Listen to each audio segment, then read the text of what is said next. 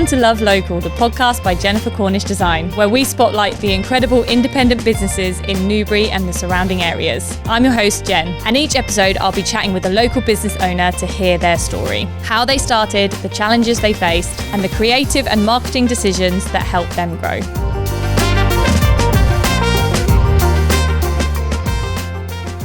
Welcome to Love Local. Today we're joined by Amy from AP Massage Therapy. Hi Amy, thank you for coming on the podcast today. Thank you. Shall we start with you telling us a bit about your business, how you started and kind of the services that you offer and how you started AP Massage Therapy? Yes. Well, AP Massage Therapy is actually a kind of new branding for me, as you know, because you've helped me with it. But I offer sports massage, C-section massage, pregnancy massage. I also do personal training and Pilates as well. So it's quite an amalgamation of different things. And I started because years ago, in my teens really, I just really enjoyed movement and classes and fitness and sport. And I decided to do a personal training course. And even doing the personal training course, I realised there was so much more that I wanted to learn. Yep. And then I started training lots of different clients and learning lots of different things, doing extra little courses and realising that that was such a small part of it. Even though movement is so important in fitness for people, I knew that I could learn a bit more and help people a bit more, because I came across so many people with injuries, women who'd had children who needed, you know, different kind of help. And fitness at different stages of life. So I did my sports massage course, yep. Which was amazing. And I realised how little I'd learnt on my personal training course. So I recommend anyone who's done one course to make sure you follow up and do different ones and learn more and more. And then I started teaching Pilates. And then through that, I realised there was so much more than high energy fitness and a lot more calm stuff. And then I did my C-section massage training, which has just opened up so many things for me. I realised there's so many people I can help now, and there's not enough help for women who have given birth and need help with their scars. So yeah, it's just, for me, it's I'm passionate about how people feel after making small changes, and I like working with people who probably are thinking too much on what they need to do. They need to do this, they need to do that, rather than just the small little changes that hopefully I can help with after seeing them for just one session. So when you started out, were you always working for yourself, or when you were doing your training, were you working for other people? Like, when did the business actually kind of start? Well, I actually did quite a lot of customer service jobs when I came out of school in my late teens, and then in my 20s as well. I went travelling, so I actually stopped work then, but I came back in 2008, which was when there weren't very many jobs going around. So a friend of mine just suggested, why don't you do the personal training? And I didn't really think too much on it. I was just needing something. I couldn't just do nothing and wait for a job. And then I got a job at a gym in Tadley, and that's where I got most of my clients from. And then gradually I worked shifts with them. Then I did the evenings with my own business. So it was pretty soon that I did my own stuff. And then maybe after a couple of years, I was able to cut my hours down at the gym and then just do my own clients. And then eventually I moved, so I had to move out of the area, so I had to kind of rebuild my clients. But it's been probably since about 2012 I've done it on my own. Yeah. And what's that like, kind of rebuilding? Because obviously moving locations can be quite big. I mean, if you think about my industry, it's digital, so I can kind of work from anywhere. Obviously you have to kind of meet people in person. So what was that like, kind of completely rebuilding your client base? Do you know what? It's funny because anyone listening to this will think, oh God, you only moved from somewhere near Tadley to Newbury, but it just took me so long to get to work. But I was doing morning clients and evening clients that I was driving for 2 hours a day.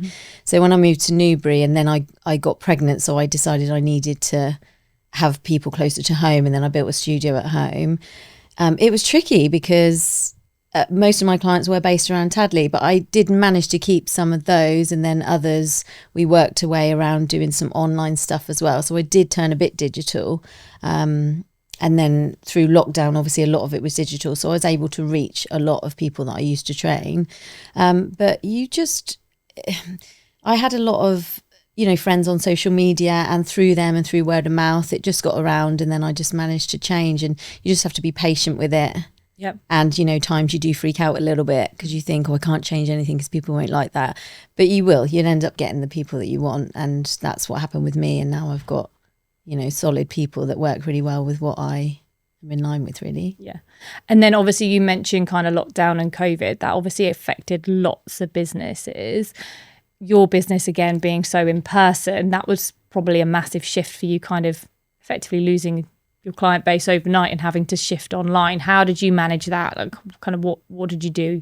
Yeah, it was really tough. I actually had a friend who went online at the start of COVID, and me and her had a chat, and she helped me out about what she did and how she kind of priced her sessions. And I realized that I could just do it because there's so many other people doing it. So I just used my phone and did like 20-minute workouts and then 30-minute workouts. And it was quite interesting because before I'd fought doing anything online and anything video wise, but actually you get to a point where you don't care so much anymore and you just have to change things because otherwise there's just no other choice. But it was really good because it helped me mentally as well, because I felt like, even though I couldn't see them because I did it on Facebook Live rather than Zoom, I didn't really know much about Zoom at the beginning of lockdown.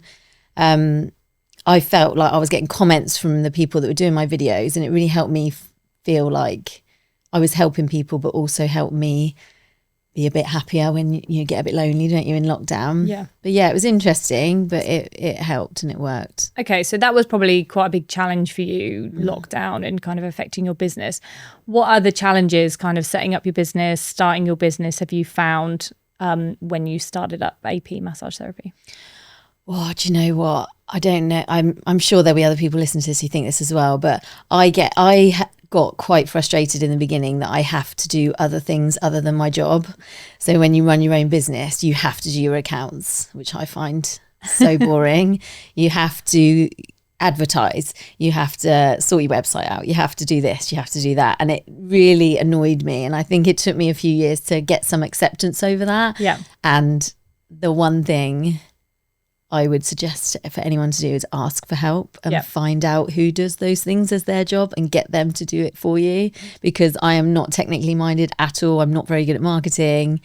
And yeah, that's been a huge challenge for me. Yeah, and it's hard, isn't it? Because I see it a lot when people are starting out their business. They don't necessarily have the funds to maybe go to a professional person, but they also don't have the knowledge to be able to do it themselves. So it's a really hard balance to strike, kind of, okay, when do I do my accounts myself, or when do I actually tap into an accountant and actually get someone to do it for me? So yeah, I can imagine that being a big struggle and a big challenge. Yeah, and what I ended up doing with a few different things, and this applies to everything. I had clients who, were financial advisors, and I would ask their advice, and because you have a service you can offer, you can swap with them, right? So with my massage, I massage somebody and they massage me, and there's no money there. It's just, and you learn from each other as well. So there is a way around that. Yeah, and I would say exactly the same, because that's what we did, wasn't it? So with your rebrand and everything, kind of you PT'd me while I did your website. And I think it is partnering with those people that are willing to do that and kind of go, actually,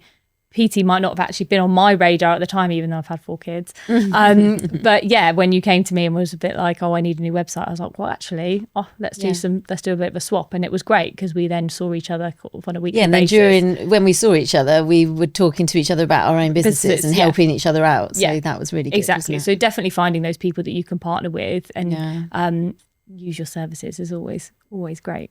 So you spoke about that when you started out, you worked in a gym and then obviously slowly transitioned to work for yourself and PT for people outside of the gym. What was that transition like, and how did that work with the gym? Were they okay with you doing that? Things like that, because I'm sure there's a lot of PTs out there that potentially want to do that transition. What advice would you give them, and how did that kind of work? That is a good question for PTs, actually, because it's quite stressful because you work at a gym and the hours aren't ideal anyway. So you get your clients when you can. I used to work at the Hurst Leisure Centre in Tadley when it was open all the day. So I would do the morning shift there and then do some evening shifts as well. And I was very lucky to have supportive, friends there who worked there, and they would allow me to do it sometimes outside my shift, sometimes in my shift, and then add my hours. But you have to be grateful for having that space on the gym floor, because for me, although it can be quite boring being a fitness instructor on the gym floor, which is when you pretty much clean the machines, you chat to clients, you chat to customers there, and you know, give them advice, and you maybe give them a program, but it's not paid for through you. It's not your own business. But that's how you build your client base. So be grateful for it. Don't begrudge it. I know sometimes it can be a bit annoying and tiring. You don't really want to clean another machine, but actually make the best out of that and use that opportunity, and speak to your boss or whoever it is and tell them what your plans are, and make sure you follow through with them and keep working with them for a little bit, and know that it'll be really busy and tiring for a little while. You know, I was doing a 7 a.m. till 2 or 3 and then going back in at 5 till 10, and it was really tiring, but you know it's only going to be for a couple of years, and then after that you gradually then ask if you can lower your hours, if that's what you can do. If not, you just have to find somewhere else. And then some of my friends, they worked in their own studio, but I carried on at that gym, and then when I moved to my own home. I know that you've kind of gone through a bit of a rebranding.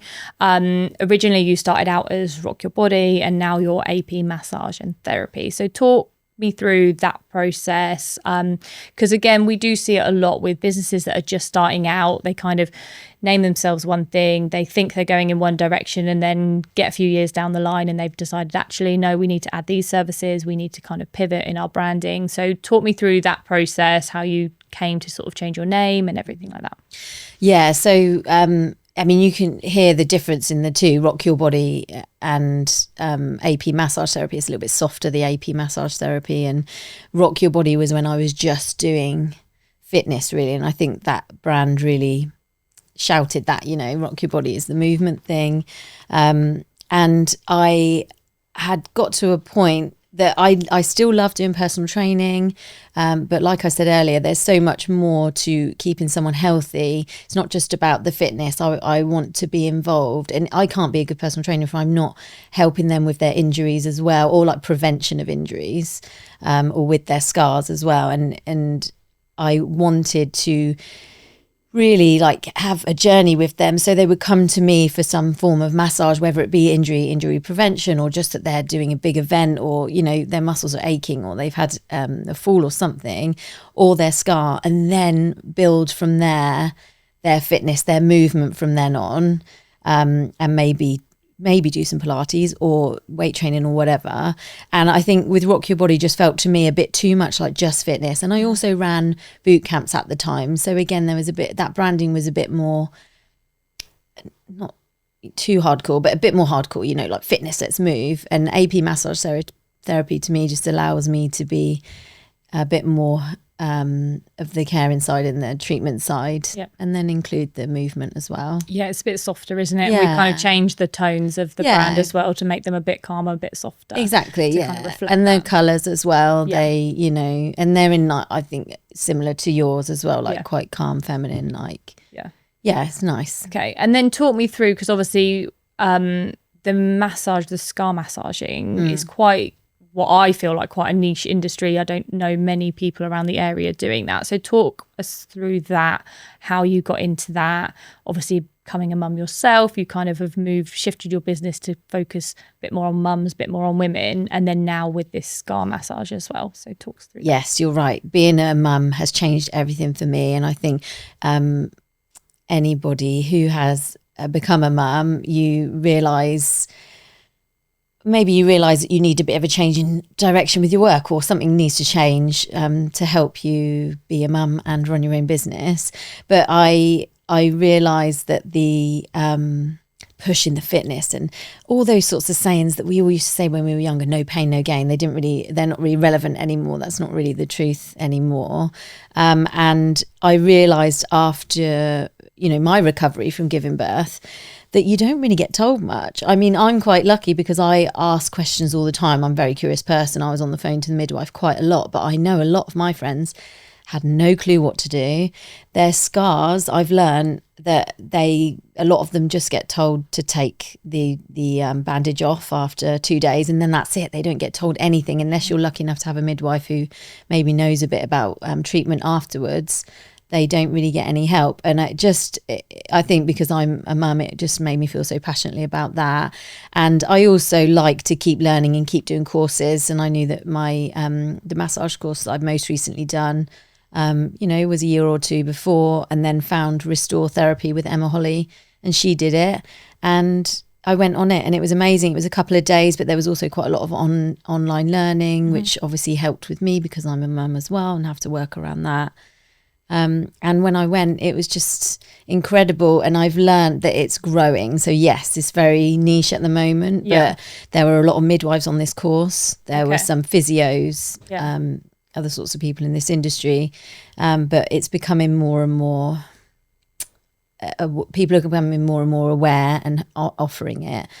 And I'm guessing anyone who's had a C-section with a C-section scar at any stage can come to you, or is it more in early infancy? On the course, I was partnered with this lady who had her last child 25 years ago. Oh, wow. And we did some work on it and it felt different the day after. Wow. I mean, really, when you have a massage on your scar, we should aim for them to feel something. It might be tingly, it might feel different, it might even feel a bit more uncomfortable, but it can change. I mean, the earlier you get to it, the more likely you're going to help with the appearance of it. But mostly it's more, you might not be aware 25 years on that your hip maybe got a bit tight because the scar tissue adhered to your hip muscles or your shoulder or whatever. Oh, wow. And so if you have the massage even that many years later, it can make a difference. So powerful. And then how long sort of would treatment be, or does it depend on the individual person? It does depend, but we discussed this a lot on the course. But I mean, we think that maybe like 4 and then see how it goes. But I generally, with any of my clients, whether it be normal massage or scar massage, let's talk about it after, how you feel after. But yeah, let's have a few to start. And then after that, it might just be then that we move on to like every few months, or just see how you feel. And then I always give you stuff to do at home, because I don't think you should rely just on your therapist. It has to be about you learning about how to cope with your body and learning about your body as well, and touching it and getting familiar with it. And it must be really nice to see that improvement on people and see that difference that you're actually making. And I'm guessing, again, a lot of people don't even know that that's kind of a thing, scar massage. No, they accept it, and it's heartbreaking to speak to some of my friends who are really paranoid about it. But, I massaged someone recently, and after the first session, she felt more emotionally connected to it. She didn't feel disgusted by it anymore. Not that everybody does, but some people do. They can't connect with it. And we took photos. So, I would advise you to take a photo, and then after treatment, keep doing it and seeing how it changes. Because although it's not all about appearance, let's face it, a lot of us want to look better, right? We want it to look nicer. And then all the other things, how you feel, how you move, the less tightness, that all comes with it as well. But seeing it physically can really help your mind connect with it and help you feel better about it. And the redness goes, the swelling goes down. A lot of people say they have a shelf, and that can be improved as well, because that could just be like lots of scar tissue, and you can make the scar tissue more mobile, more flexible. Okay. So that's like been quite an amazing journey then, from you sort of starting with the PT to then now look at you now. How many years now are you in? 2009 I started. So oh, wow. Okay. 16. So 16 years into, yeah. Okay. And then completely coming out with a different service. That's been an amazing sort of brand journey for you. So what, reflecting back on those 16 years, would have been the biggest marketing or design decision that you've made for your business that's influenced your business? It's probably that I said earlier, getting someone who knows about websites to help you out with that. And you know more about just websites. Like, you've helped me with marketing before, and I've looked at posts and got inspiration from them for social media as well. But realizing that I can't do it on my own, and having that website as my base, as like a home, as like a support network, really, when people ask questions, I can say, look, I can answer your questions, have a look at this first, and then maybe see what you think after that. And yeah, I think it's definitely asking for help in those other things that you don't really want to be doing. You want to be doing your job. Yeah. You know? And I do say that to everyone as well. I say, look at what everyone else is doing. Like when you're doing a website, when you're designing a website, when you're thinking of the content, look at your competitors, look at the industry around you. Is there anyone you want to be like? Is there anyone you're aspiring to be like? Yeah. And the same goes with social media. Like if you think someone's actually smashing it on Yeah. social media, what are you doing? What little nuggets of what they're doing can you Yeah. be putting into your stuff to kind of give you that confidence to post and to kind of just put yourself out there, really? You were really helpful with me with that, actually, because you encouraged me to look at other people. And I think I'd held off doing that because I didn't like the comparison. And I always felt like other people were doing more. And I think now it's 16 years in, I don't really do that much anymore, but it helps seeing what other people do, because they're just a person like you. They're just helping people like you are. It's not like I'm in an industry where it doesn't matter, you know. We care for people. And I think when we're business owners, we get massive imposter syndrome anyway. Yeah. So I think then when you're looking at someone else and thinking, oh gosh, they've got 5,000 followers or they've got 1,000 likes, and you kind of look at them, but actually, how have they got those likes? How have they got those followers? What are they tagging? And things like that. What are they posting about? And then how can I reflect that in the work that I'm doing? And the more people you get that you work well with, the more you'll get other people like that. And I've not got a huge amount of followers. I'm not massively into social media, but my base and my main thing is my website and word of mouth. So you don't need all that. And that, like you said, it doesn't mean much really, you know. And then obviously we talked about sort of 16 years, your transition, your brand changing. If you could give a piece of advice to yourself when you just started out, what would that be? Kind of looking at where you are now to then where you started. What bit of advice would you give to yourself? I would not train every single person that asked me, and I would not say yes to every single hour they wanted training. For me, I now know I work so well in the mornings. I am on fire in the mornings, and in the afternoons, evenings, I am no fun really. So doing that for years was really tough. I worked weekends, evenings. But in a way, it's hard to say that, because at the time you kind of have to say yes to everything. But you don't have to say yes to everybody. If you're not comfortable with them and you want to just work with women, that's okay. Or you want to just, you know, work with people who want to do competitions, then do that. That's fine. Don't try and please everybody, because you will not please everybody. And I think that's hard when you're starting out as a business owner. You want to say yes to everyone because you kind of want the money, you want the clients and things like that. But that does come with time, I think, and kind of knowledge of running your own business, that actually you start to learn, okay, who is my perfect client? Who do I want to work with? Who do I gel with? Who do I vibe off of? And things like that. I'd also like to say that what you charge is really important. Just because you've just qualified doesn't mean that you can't charge the right price. If you are uncomfortable with charging, you know, a certain amount, and you do, when you do a job like mine, you have to charge, I don't know, 40, 50, whatever. It's quite a lot of money. Everyone can agree to that. But you don't undersell yourself. If you're really uncomfortable with it, I would suggest to say you can have your first session free when you pay for another 4 or 6 or whatever.